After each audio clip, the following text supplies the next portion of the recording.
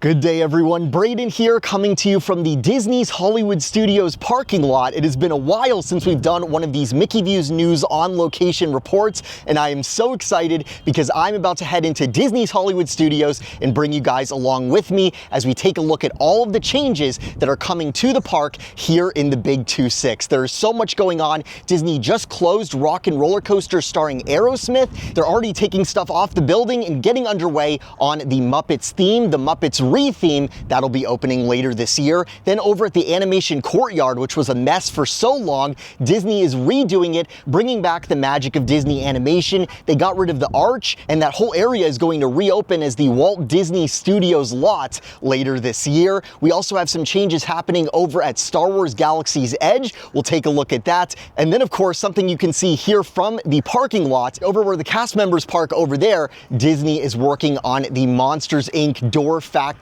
coaster. There's a crazy foundation going in over there, which looks absolutely wild. So we're going to take a look at everything happening from Monstropolis to the new home for the Muppets and everything in between. So let's head into Disney's Hollywood Studios and see what you can look forward to in 2026. All right, guys, I am heading on to Hollywood Boulevard here. The weather in Florida is so crazy. On Apple Weather, it said this morning is supposed to be all sun. I was excited about that for this video. And then just as I'm walking from the parking lot to the entrance, these giant clouds roll in, and now it looks like it's about to rain. There's little patches of blue sky, and now it's mostly clouds. Just when we were in the parking lot, it was almost all blue sky.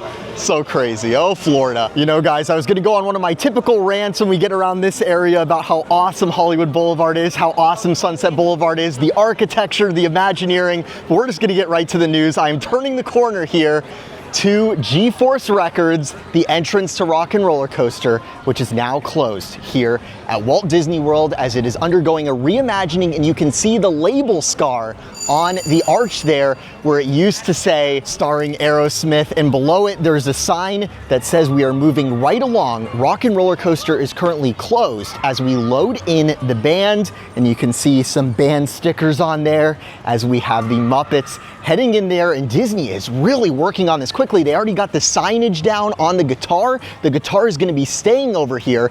It's interesting that you can actually walk all the way up to the attraction here, and that's because past it you have the Villain show over at the Sunset Showcase Theater, so they have to keep this area somewhat open, which means that the carts, the face painting, and the stuff that you have next to Rock and Roller Coaster gets to stay open. It is staying open here. It seems like this isn't going to be too much of a huge re-theme or anything like that. It's almost more like an overlay where they're keeping the studio, but instead of Aerosmith, it is going to be the Muppets characters, Muppets animatronics in there. For example, outside the front here with the guitar is going to be staying the electric guitar. It is just going to be repainted. It is getting new signage. The old signage is already off of it. Disney is really moving fast here.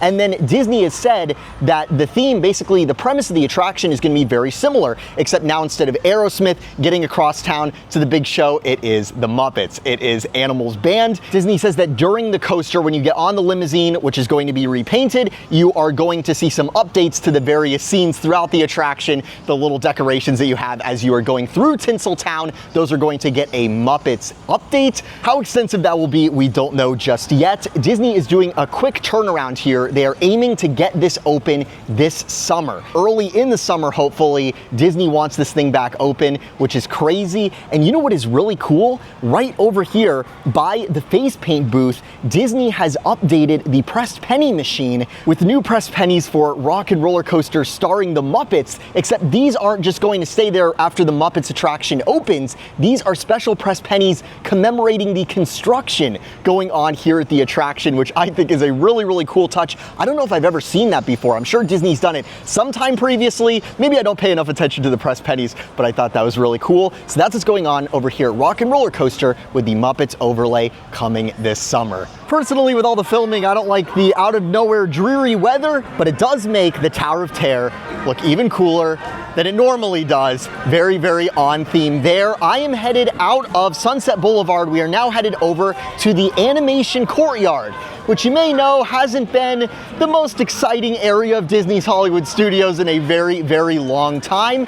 Many park guests, people here today, don't know that behind the animation courtyard is an animation building, what used to be Walt Disney Feature Animation Florida, which opened back in the 1990s and is where they animated Mulan and Lilo and Stitch. After Disney shut down feature animation here in Florida in 2004, the area took on a bit of a different vibe. You still had the magic of Disney animation where you could go in and look in on animators animating, but it was more in a demo capacity. They were showing off their skills, and of course, guests got to try their own hand at drawing various famous Disney characters. I really enjoyed doing that as a kid, and more recently, that's been a feature of Disney's Animal Kingdom. They have something very similar over there that just recently closed over at the conservation station at Rafiki's Planet Watch. Getting back to the animation courtyard, so the Star Wars launch bay, it opened in 2015. That was a huge time for Lucasfilm. You had all the new movies in the works, and what Disney did with the feature animation building is they changed it into this thing where you could meet the Star Wars characters and you could preview some of the artifacts and trailers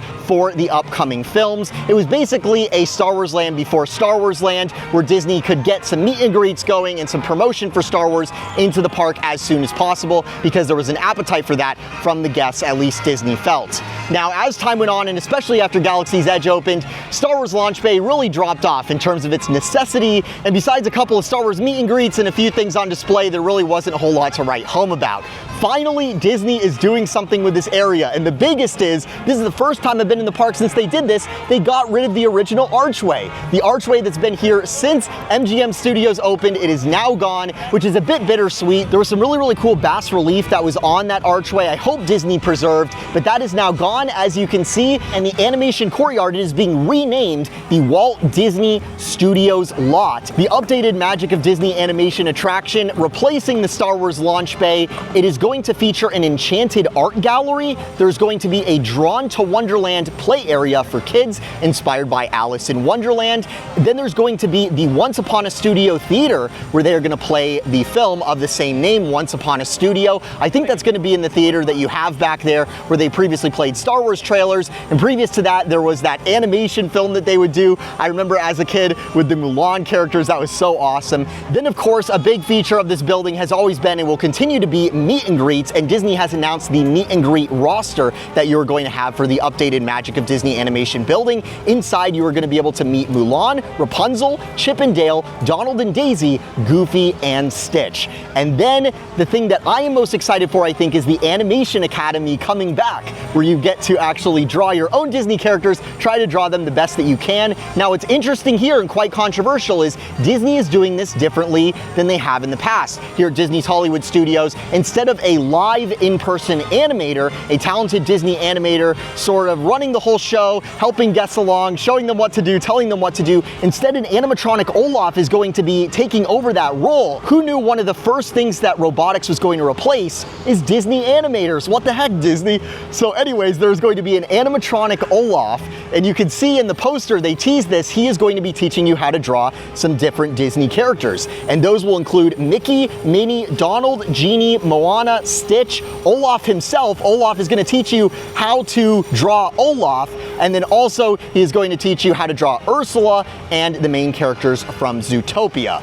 So needless to say, this is a little bit strange, and some guests online are not happy about this announcement that they are replacing the live in-person animator with an Olaf animatronic. However, Disney has recorded some famous legendary Disney animators that are going to actually sort of chime in some pre-recorded videos and help Olaf along, instructing guests on how to draw these characters, which will be a cool touch. So that's what we're going to have to enjoy inside the Magic of Disney animation. The building here, you can see the exterior facade. The new exterior is going to be inspired by the still functional Disney feature animation building you have out in California, with the Sorcerer Mickey hat over the entrance, as well as sort of the lettering, the silver sort of style they do there. And there's also going to be something replacing the archway here that is right on the other side of this wall. The construction workers working on the other side of this can probably hear me. You can see in the aerials from BioReconstruct, there is a new sign coming in that is going to welcome you to the Walt Disney Studios Lot, and it is going to be modeled directly after the signage that you have entering the Studios Lot out in California. So this is very California inspired. It's really trying to put the Hollywood back in Hollywood Studios. Studios with this sort of style here. I really like these colors. These are the Kem Weber colors, the designer that Walt Disney worked with when he was building his giant feature animation lot. That is going to be such an improvement for the animation courtyard, which previously was like the Death Star theme and then like this blue color going on. And interesting is, you probably remember with the animation courtyard, it was sort of just this concrete expanse. There was really not a whole lot going on with it. It was hot. There really wasn't a whole lot to see. In the middle area there is a lot of underutilized space. As Walt Disney World president Jeff Volley would say, well, Disney is fixing that. And if you look at the aerials, they're putting the park back in theme park with this new planter area that you have in the middle of the animation courtyard, or you will soon, where families will be able to park their strollers and actually sit down in the grass in a treed space and enjoy the area outside the front of the Magic of Disney animation building. And then across from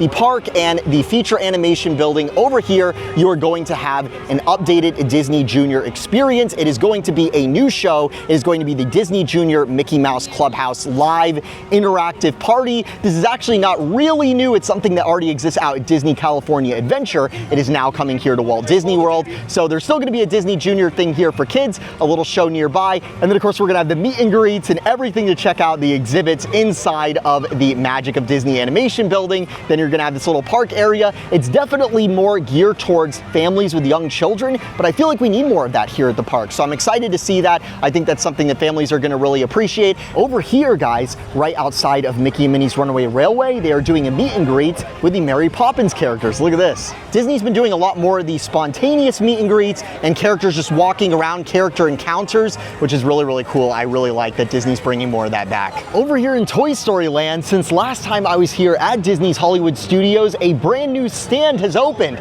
We have the new popcorn stand, the new quick service stand that you have, the snack stand here in Toy Story Land, themed like a thing of popcorn, whatever you call that, a container of popcorn. What is that called?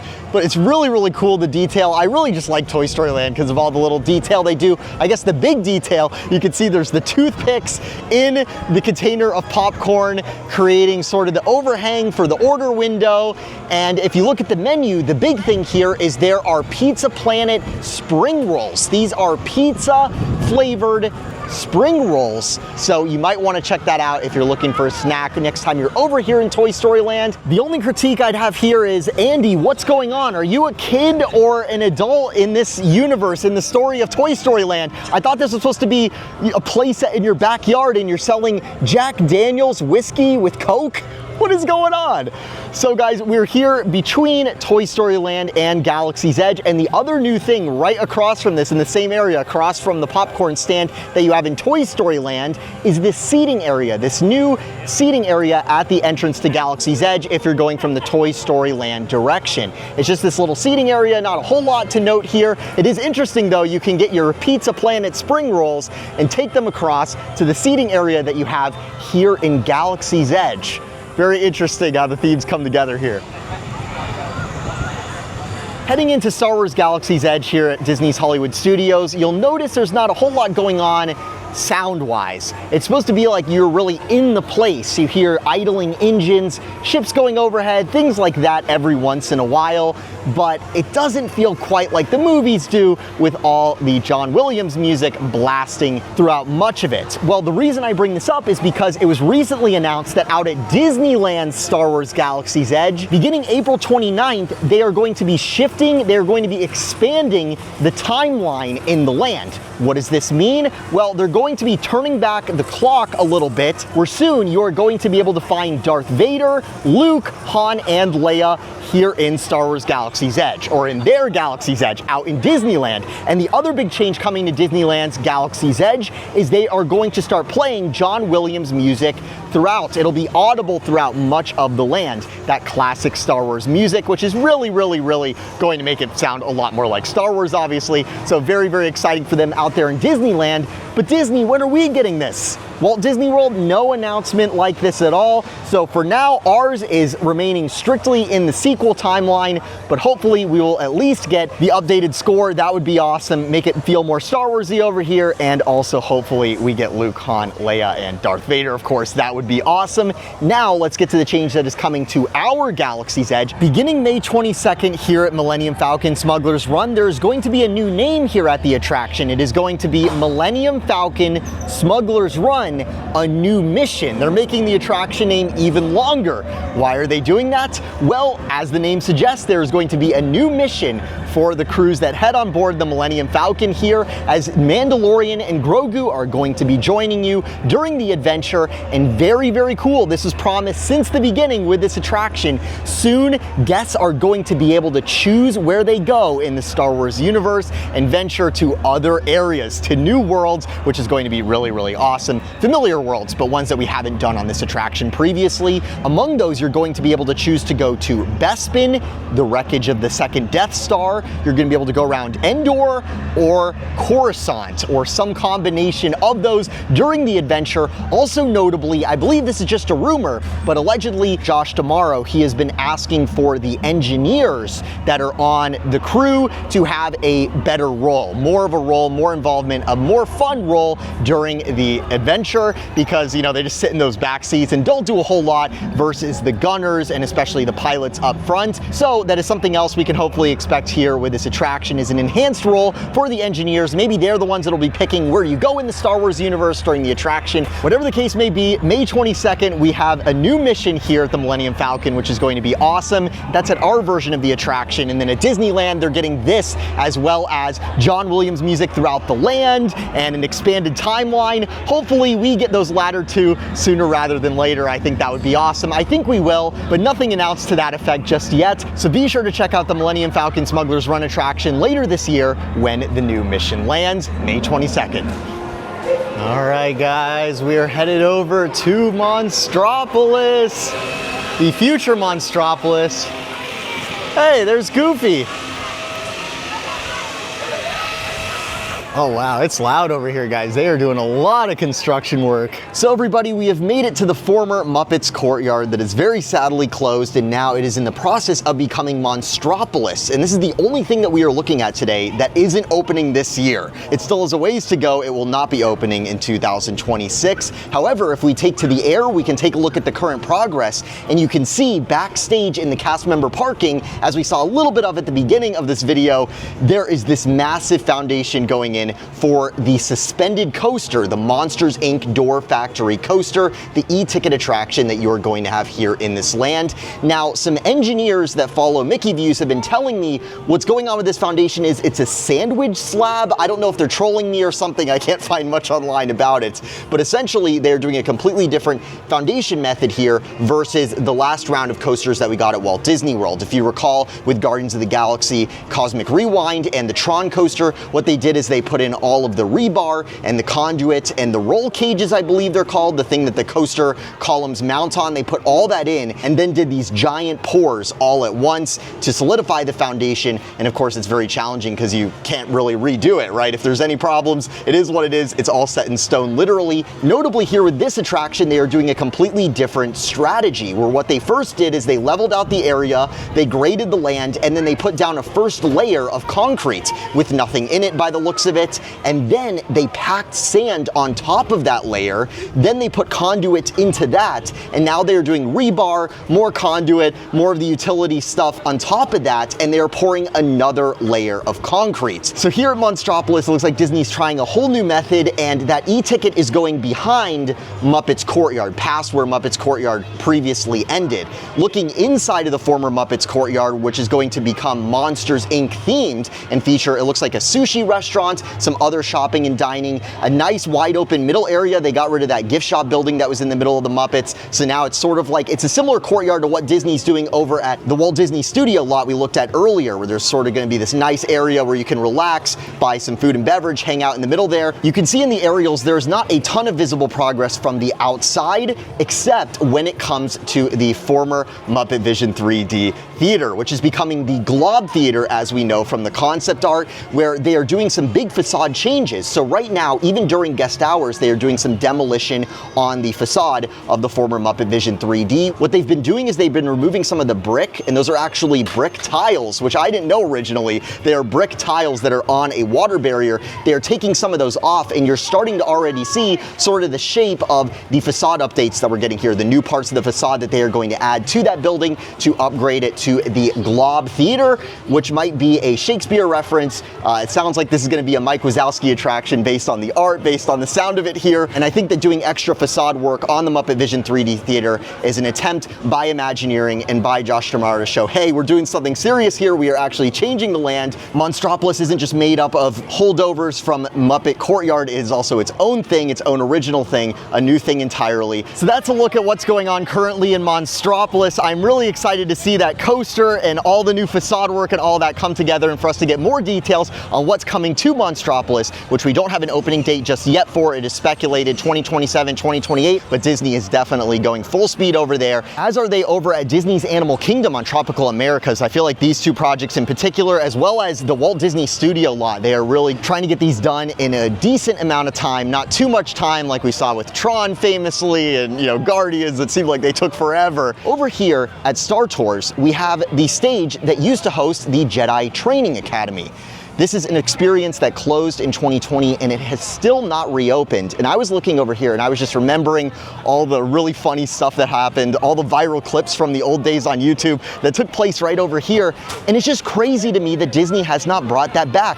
You would think in the era of YouTube Shorts, Instagram Reels, TikToks, all this short form video, can you imagine how many viral clips there would have been by now over the past 5 years of Jedi Training Academy shows, multiple every single day? Just imagine how many vacations that would have sold, would have driven to Walt Disney World, to this park, to Galaxy's Edge, where Disney would have made even more money. I really feel like we still have this issue with Disney where when the accountants and the park managers, they don't see a direct return on investment on something. Like, you're not paying for the Jedi Training Academy, it's not worth paying the live entertainment. It's not worth paying for. And that's just simply a very one-dimensional way to look at it. There are second-order consequences to these experiences. Sure, it might be costing you money to run the Jedi Training Academy all day, every day, but you are getting an immeasurable return on that, and a real return, I guarantee you, in terms of people seeing clips of it online and planning vacations, not to mention the people that see the Jedi Training Academy or kids that get to experience, they will remember that the rest of their lives, and you create return guests. I really think that's an experience that should come back. So that's what's going on at Disney's Hollywood Studios today. It looks like it might be about to rain. It's so crazy how we went from blue skies to cloudy to now it looks like it's going to be raining the rest of the day. Oh boy. If you enjoyed this video, be sure to subscribe with those notifications on to stay on top of all the latest Disney news. Also, if you enjoyed this video and you want to support us, be sure to check us out over on patreon.com/MickeyViews. Thank you all so much for all the support. Live from a rainy Disney's Hollywood Studios, this is Brayden. Thank you so much for watching. Have a magical day.